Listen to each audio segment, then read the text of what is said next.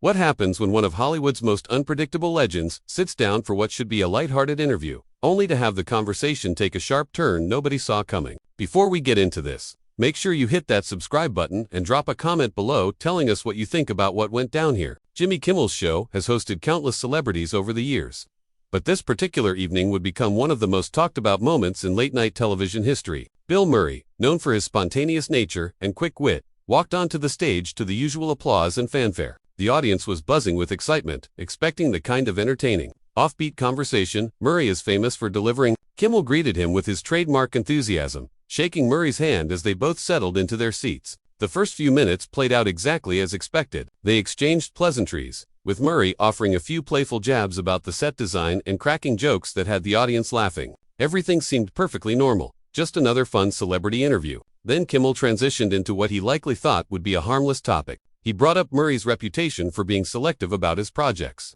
mentioning how some directors have famously struggled to get in touch with him because of his unconventional approach to communication. The audience chuckled, familiar with the stories about Murray's elusive nature. Murray smiled, but there was something slightly guarded in his expression. He responded with a joke about preferring quality over quantity, saying he only works on things that genuinely interest him rather than taking every role that comes his way. Kimmel nodded along, then pushed just a bit further. He mentioned a specific director who had publicly talked about trying and failing to cast Murray in a project, framing it in a humorous way but also implying that Murray's approach might be difficult for filmmakers to work with. The shift in Murray's demeanor was subtle at first, but noticeable. His smile remained, but his eyes narrowed slightly. He leaned back in his chair and said, "Well, I think there's a difference between being selective and being difficult. Jimmy, I show up when something matters. I don't show up just to show up." Kimmel seemed to sense he'd touched a nerve but decided to lean into it, perhaps thinking he could navigate back to lighter territory through humor. He quipped something about how most actors would kill for the opportunities Murray turns down, adding that maybe Murray was just too cool for Hollywood sometimes. It was meant to be flattering, but the undertone suggested Murray was being precious about his career choices. Murray's response came quickly. "Too cool? No, Jimmy, it's called having standards. It's called not selling out every time someone waves a paycheck in your face. You know what that's like, or has that been a while for you?" The audience reaction was mixed. Some nervous laughter, some genuine shock. Kimmel's smile faltered for just a moment before he recovered, trying to play it off as friendly banter. He said something like, "Wow, okay, shots fired, folks," attempting to frame Murray's comment as part of the fun back and forth that often happens on talk shows. But Murray wasn't laughing anymore. He sat forward slightly, his expression more serious now. "I'm not firing shots, Jimmy, I'm just being honest. You brought up my choices, so let's talk about choices. You want to know why I don't jump at every project? Because most of them are garbage. Most of them are just corporate products designed to extract money from people while offering nothing real in return. And I'm not interested in being part of that machine." Kimmel tried to redirect, saying he understood where Murray was coming from and that he respected artistic integrity. He attempted to steer the conversation toward Murray's recent work, praising a film he'd done that received critical acclaim. But Murray cut him off before he could finish his pivot. "Hold on, let's not just move past this. You started this conversation, Jimmy. You implied I'm difficult because I don't say yes to everything. But let me ask you something. When was the last time you turned down a corporate sponsor? When was the last time you said no to something because it compromised what you believe in? Or do you just read whatever's on the card in front of you and collect the check?" The tension in the studio became palpable. The audience wasn't sure whether to laugh, gasp, or sit in uncomfortable silence. Most chose the latter. Kimmel, to his credit, tried to maintain his composure. He responded by saying that his show obviously has sponsors and that's how television works. But it doesn't mean he's sold out or compromised his values. Murray shook his head. "That's exactly what it means. Though, you're sitting here judging how I navigate my career while you're literally surrounded by advertisements and corporate interests. Every segment is designed around selling something. And look, I get it. That's the game. But don't sit there and act like you're on some moral high ground when you're questioning my choices." Kimmel's tone shifted slightly, becoming a bit more defensive. He said he wasn't judging Murray's choices. He was just making conversation and that Murray was known for being candid, so he thought he could ask about it. He added that he's always been a fan of Murray's work and meant no disrespect. Murray responded, "If you're such a fan, then why are we having this conversation? Why aren't we talking about something that actually matters? Instead, you want to gossip about which directors I've supposedly blown off. Like this is some tabloid show. Is that what this has become? Just celebrity gossip dressed up as an interview?" Kimmel attempted to defend the format of his show, explaining that they cover a range of topics and that audiences are interested in the personal stories behind the celebrities they admire. He suggested that Murray might be reading too much into a simple, lighthearted question. That's the problem right there, Murray said. Everything's just entertainment. Nothing has any weight. You ask surface-level questions. I give surface-level answers. We laugh. We move on. Nobody learns anything. Nobody thinks about anything. It's just noise filling the air until the next commercial break. The silence that followed was heavy. Kimmel looked genuinely unsure how to proceed. He glanced toward his desk, perhaps considering pulling out his notes for the next segment, but Murray wasn't finished. The comedian-turned-actor-turned-cultural icon sat there, staring at Kimmel with an intensity that made it clear this wasn't a bit, wasn't part of some elaborate joke they'd planned together. This was real. Kimmel finally broke the silence, trying once more to lighten the mood. He said, "Bill, I think you're being a little hard on the format here. People come on the show to have fun, to connect with the audience. That's what we do. It's entertainment, like you said, and there's nothing wrong with that." Murray let out a short, humorless laugh. "There's nothing wrong with it, Jimmy. That's the entire problem. That's why everything feels hollow now. We've convinced ourselves that mindless entertainment is enough. That distraction is the same as fulfillment. You want to talk about what's wrong with Hollywood, with media, with culture? It's this. It's sitting here pretending everything's fine while the world burns. As long as we can keep people laughing and buying products." The audience was completely silent now. Some people shifted uncomfortably in their seats. This was far beyond the usual playful sparring that happens on late-night television. Kimmel's expression had moved from confused to genuinely frustrated. He said, "Okay, so what do you want me to do, Bill? Cancel the show? Turn this into some serious political program? I'm a comedian hosting a talk show. I'm not trying to solve the world's problems." "And that's fine," Murray replied, his voice calm but firm. "But then don't pretend you're doing something meaningful. Don't act like you're having real conversations when you're just going through the motions. Own what it is. It's a product. It's content. It's designed to sell advertising space. But don't dress it up as something more than that." Kimmel bristled at this. He leaned forward, his own frustration now clearly visible. "You know what, Bill? I think you're being incredibly unfair. I work hard on this show. My writers work hard. We try to make people laugh during difficult times. We give platforms to people who need them. We raise awareness about issues. Just because we're not as pure as whatever standard you're holding us to doesn't mean we're worthless." Murray nodded slowly. "You're right. I'm sorry. That was unfair. You do work hard, but tell me something honestly. Jimmy, when was the last time you had a conversation on this show that made you uncomfortable? When was the last time you interviewed someone and genuinely didn't know where the conversation would go? Because from where I'm sitting, everything feels scripted. Everything feels safe. Even this right now. I bet you're thinking about how to edit this down, how to make it palatable for your audience." Kimmel shook his head. "We don't script interviews, Bill. You know that. Yes, we have talking points, things we want to hit, but the conversations are real and uncomfortable. I've had plenty of uncomfortable interviews. I've challenged politicians. I've had serious discussions about serious topics." "Have you, though?" Murray challenged. "Or have you had the appearance of serious discussions? Because there's a difference. You can talk about a political issue and still not say anything that actually matters. You can interview a politician and throw softball questions disguised as tough ones. It's all performance. It's all designed to make the audience feel like they're witnessing something important, without actually disrupting their comfort." Kimmel's jaw tightened. He was clearly trying to decide whether to keep engaging or to shut this down and move on. He chose to engage. "Okay, Bill, let me ask you something. What exactly do you want from this conversation? What's your point here? Because it seems like you came on this show just to tear it apart. To tear me apart. If you have such contempt for what we're doing, why did you agree to be here?" "That's a fair question," Murray admitted. "And honestly, I'm not entirely sure I have a good answer. Maybe I thought it would be different this time. Maybe I thought we could actually talk about something real. Or maybe I just wanted to see if it was still possible to have an honest moment on television without it being packaged and sanitized.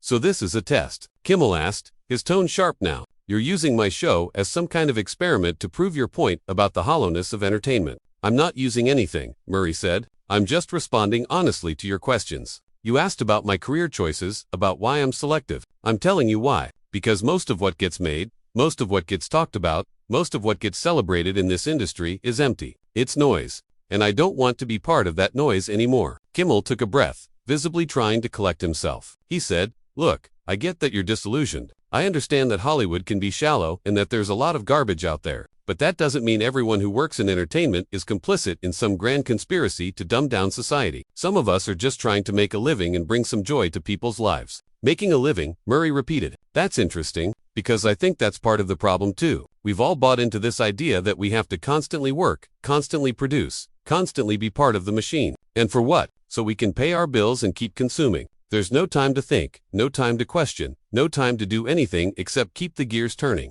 Kimmel spread his hands in exasperation. So what's the alternative? Bill, everyone quits their jobs and becomes philosophers. Someone has to make the shows, write the books, create the art. You're an artist yourself. You've built a career in this industry. How is what you do any different? Murray was quiet for a moment, considering the question. He finally said, maybe it's not different. Maybe I'm just as complicit as anyone else. Maybe that's why I'm frustrated. Because I see myself in all of this, and I don't like what I see. I've made movies that were just products. I've done press tours that were just marketing. I've smiled and nodded through countless interviews just like this one. And at a certain point, you have to ask yourself, what was it all for? The vulnerability in that statement seemed to shift something in the room. Kimmel's expression softened slightly, though he still looked guarded. He said, I think a lot of people ask themselves that question. Bill, we all wonder if what we're doing matters. But I believe it does matter, even if it's just making someone laugh after a hard day. That's not nothing. It's not nothing, Murray agreed, but it's also not enough. Not anymore. We're facing real crises, real problems, and we're still just playing our roles,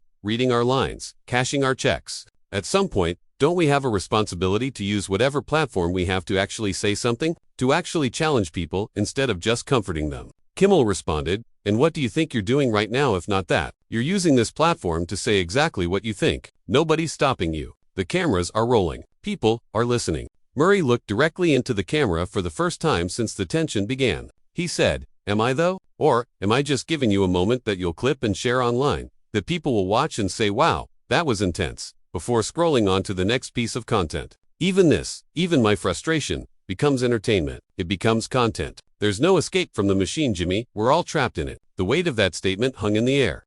Kimmel sat back in his chair, looking exhausted by the exchange. He said, so what do you want me to say, Bill? That you're right, that everything I do is meaningless, that everyone watching at home is wasting their time. I'm not going to do that. I don't believe that, and I don't think you really believe it either. Murray's eyes narrowed. Don't tell me what I believe, Jimmy. You don't know me. You don't know what keeps me up at night or what I think about when I'm not performing for cameras. That's the whole point. We think we know each other because we've seen each other on screens, but we don't know anything real about each other. Kimmel's frustration finally boiled over. Fine, Bill, you're right. I don't know you. And clearly, this interview was a mistake. I thought we could have a fun conversation, maybe talk about your work, share some laughs. Instead, you've spent the last 15 minutes attacking me, attacking my show, attacking the entire industry. So I'll ask you again, why are you here? Murray stood up suddenly, the movement catching everyone off guard. The audience gasped. He looked down at Kimmel and said, you know what? That's a good question. Why am I here? I ask myself that when I walk through the door tonight, and I still don't have a good answer. Maybe I shouldn't be here. Kimmel stood up too, his professional instincts kicking in despite the chaos. Wait, Bill, come on. Let's not do this. Sit down. We can talk about something else. We can move on. Move on to what? Murray asked, his voice rising slightly. To some prepackaged story about a movie I made 5 years ago.